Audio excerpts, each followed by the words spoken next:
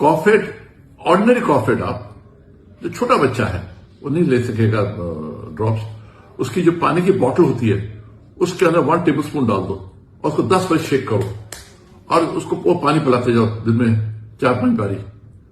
This is the best method. पानी में दीजिए और सुबह फिर तैयार कर लीजिए बॉटल, 1 और 2 टेबल स्पून डाल के। उसका टेस्ट भी अच्छा, बच्चे बड़े आराम से लेते हैं। 3-4 बारी दीजिए, इमीडिएटली कंजेशन कंट्रोल हो जाएगी। ये सर में जो स्कैल्प में जो छिलके आ जाते हैं ना बच्चे के पैदा होता है, वो दैट्स फर्स्ट इंडिकेशन इस बच्चे के अंदर एलर्जीज है।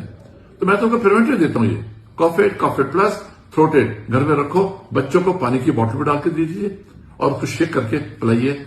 आप देखिए कितने अच्छे रिजल्ट हैं इसके, एक्सीलेंट।